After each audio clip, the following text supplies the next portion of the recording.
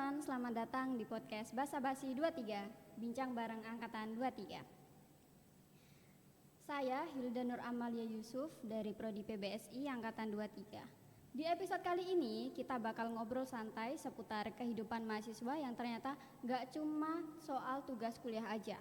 Nah, sekarang banyak banget mahasiswa yang harus membagi waktu antara kuliah, organisasi, kerja, dan juga kehidupan pribadi.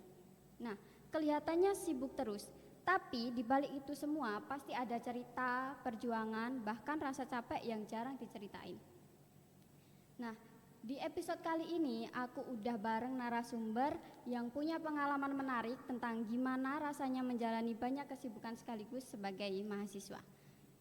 Langsung saja, halo. Halo. Boleh kenalin diri dulu dan sekarang lagi sibuk apa aja? Halo teman-teman, perkenalkan nama saya Muhammad Niam Waibuwo. Untuk kesibukan sekarang saya sudah bekerja dan saya juga menyambi kuliah dan juga organisasi. Ternyata kesibukan kamu bukan cuma satu aja ya, menarik sih. Soalnya kehidupan mahasiswa sekarang tuh nggak cuma soal kuliah aja. Nah, aku pengen mulai dari yang ringan dulu nih. Nah, sebelum masuk kuliah tentunya kamu punya ekspektasi kan. Nah, seperti apa sih ekspektasi kamu seputar dunia perkuliahan itu? Ekspektasi saya itu pas sebelum kuliah ini menurut saya ya, ekspektasi saya itu lebih santai gitu. Ternyata enggak. Ya kalau dulu ya mikirnya kuliah kok kayak santai gitu. Tapi ternyata malah banyak tugas. Datang, nongkrong gitu kan. Tapi ternyata wah gedebak-gedebuk sekali ya. Nah, setelah dijalani nih, apa yang paling berbeda dari ekspektasi kamu? Untuk yang saya jalani setelah kuliah ini saya bisa mengambil sedikit pelajaran tentang entah itu membagi waktu atau bertanggung jawab, karena banyak tugas yang benar-benar harus diselesaikan, entah itu deadline-nya dekat gitu.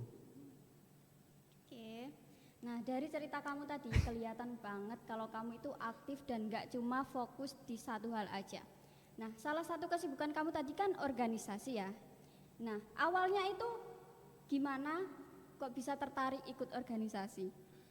Untuk saya tertarik ikut organisasi itu sebenarnya saya ingin mencari pengalaman yang lebih, tentunya yang tidak ada di bangku perkuliahan atau matkul. Nah, maka dari itu saya tertarik untuk gabung di organisasi tersebut agar nanti saya punya relasi, terus juga pengalaman di organisasi itu kayak gimana, dan kenal orang-orang baru juga, entah itu dari nantinya misal nih saya lagi benar-benar butuh sama relasi teman saya itu. Nah, kan saya sudah punya relasi toh. Nah, jadi enak gitu kalau misalnya saya sudah mempunyai relasi banyak. Tuh. Oke, ngomong-ngomong soal pengalaman nih, ada nggak sih pengalaman paling chaos atau paling berkesan waktu ikut organisasi? Ada sih pengalaman pas chaos, pas apa ya kemarin itu, ya bentrok lah sama jam kerja. Pas ada rapat juga, tapi kembali lagi ke diri saya sendiri, mana yang lebih saya prioritaskan. Karena kalau kita mencakup dua sekaligus itu nggak mungkin bisa. Harus ada salah satu yang diprioritaskan. Contoh nih, misal saya memprioritaskan organisasi saya. Nah, di sisi lain saya juga kerja kan. Nggak mungkin dong kerjaan saya tinggal, karena saya juga dibayar. Nah, sedangkan di organisasi ini saya nggak dibayar, tetapi saya punya relasi. Saya punya teman-teman yang benar-benar membutuhkan, entah itu saya dijadikan, misal nih pas rapat itu saya diberikan tanggung jawab yang besar, seperti saya menjadi ketua pelaksana. Saya kan otomatis memprioritaskan organisasi saya. gitu. Jadi mana yang lebih membutuhkan diri saya dan saya itu memprioritaskan yang tersebut gitu. Oke, itu dari pengalaman yang paling chaos ya. Kalau pengalaman yang paling berkesan sendiri apa? Untuk pengalaman yang berkesan itu ya adalah kayak misalnya ternyata aku bisa ya sampai di titik ini, sampai benar-benar saya mencakup lingkungan kerja, terus juga lingkungan organisasi dan juga akademik. Organisasi aja itu kan udah padat ya, tapi kamu masih nambah aktivitas lagi.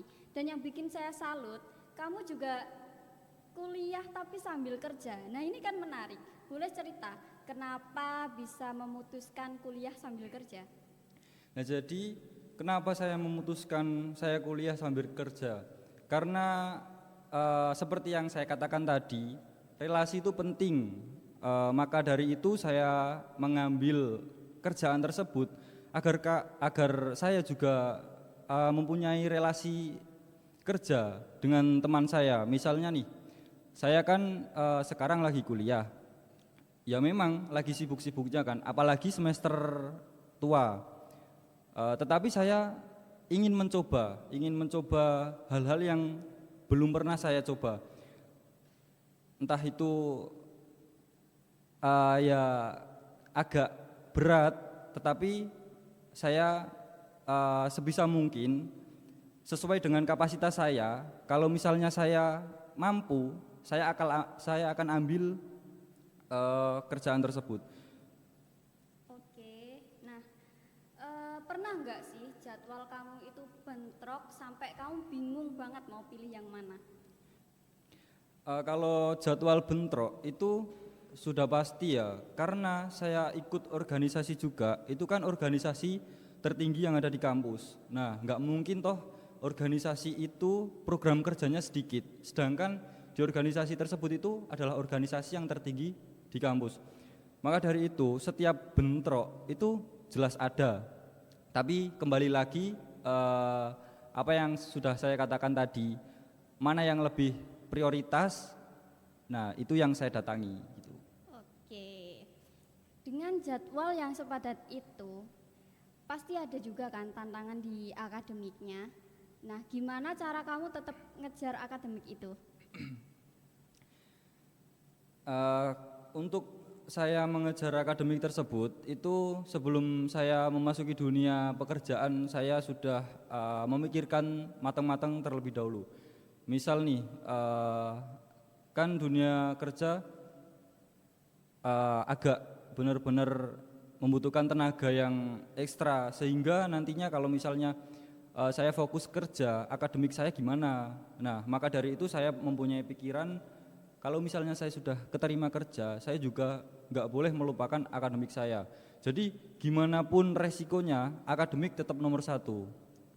Tuh. Nah, pernah nggak nilai kamu itu turun gara-gara kamu sibuk di luar perkuliahan?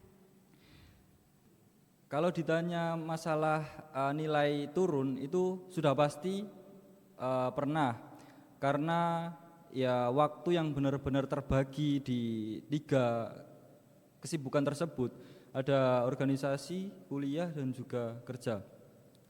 Nah untuk itu yang dapat saya ambil ini adalah gimana caranya kita bisa benar-benar membagi waktu agar nantinya akademik kita tidak terkorbankan gitu.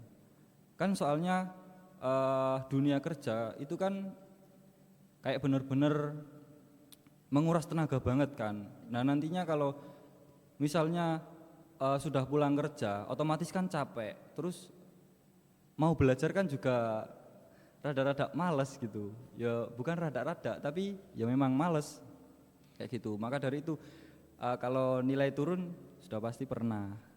Tapi sampai sekarang rasa malas itu masih ada nggak kira-kira?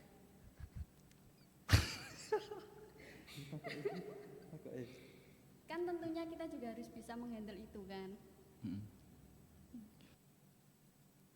Untuk rasa malas ini mesti di setiap individu mesti mempunyai rasa malas masing-masing. Tapi tergantung kita untuk mengendalikan rasa malas tersebut. Karena saya sebelum memasuki dunia pekerjaan dan organisasi, saya sudah menganalisis diri saya sendiri. Nah, misal diri saya keberatan, otomatis kan saya mempunyai rasa malas tersebut kan. Nah, maka dari itu saya analisis dulu, misalnya kalau diri saya mampu untuk mencakup 3 kegiatan tersebut, ya saya sebisa mungkin akan melawan rasa malas tersebut. Tuh. Nah, kalau akademik masih bisa kamu handle, berarti kamu juga punya cara dong tentunya untuk ngatur semuanya.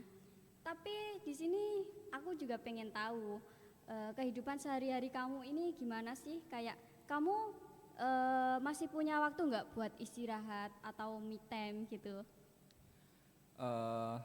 Sebenarnya ada, tapi ya tahu sendirilah, banyak kegiatan kan otomatis waktu istirahat juga benar-benar berkurang. Tapi kan kuliah ini cuma 3 hari, meskipun tugasnya berhari-hari ya, tapi ya tetap mempunyai waktu untuk istirahat sendiri. Karena kalau kita nggak istirahat kan kasihan badan kita, soalnya sudah disuruh mencakup yang berat-berat gitu, disuruh nyabang, disuruh organisasi, disuruh kerja, terus juga disuruh ngejar akademik. Otomatis saya kasihan dengan diri saya, maka dari itu saya tetap harus mempunyai waktu untuk saya beristirahat dengan nyaman. Oke, nah ini ada satu pertanyaan ya. Hal kecil apa yang sekarang jadi kerasa kayak wah gitu buat kamu? Misalnya kayak tidur yang cukup atau apa gitu? Ya itu salah satunya. Saya bisa tidur yang cukup, benar-benar waktu yang istimewa banget buat saya. Karena kalau misal saya pulang kerja itu kan capek banget, langsung belum juga pikiran untuk ngerjain tugas, tapi kalah dengan capek tersebut. Jadi kayak tidur yang cukup itu benar-benar waktu yang istimewa gitu. Kalau nongkrong sama teman-teman itu juga termasuk hal yang mewah enggak menurut kamu? Sebenarnya iya sih, karena ada teman saya yang benar-benar mendukung kegiatan saya, entah itu saya kerja ataupun kuliah, benar-benar dia mendukung gitu. Jadi misalnya saya lagi capek nih, butuh teman cerita. Nah, saya kan bisa cerita-cerita ke teman saya.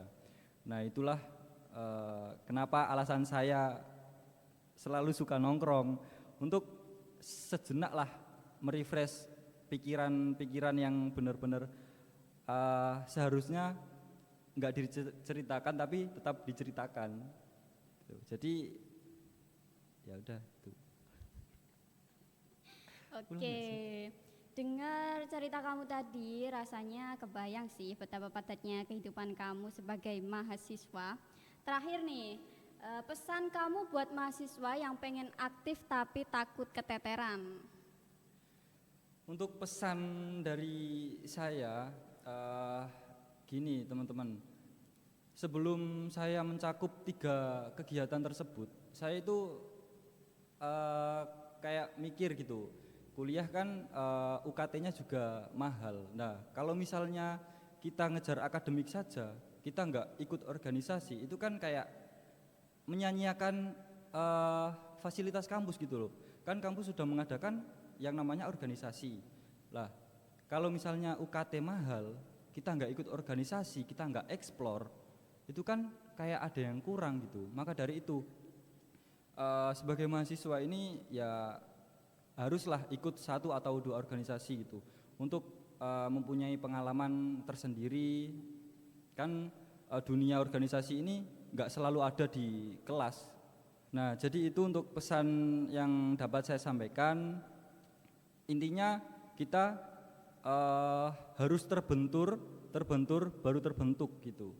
Kata-kata yang sangat bagus sekali ya.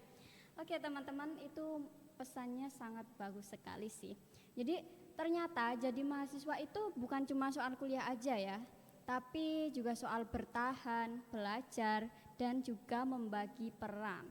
Nah, saya di sini mau mengucapkan terima kasih buat narasumber kita hari ini dan buat kalian yang sudah menonton. Sampai jumpa di episode selanjutnya.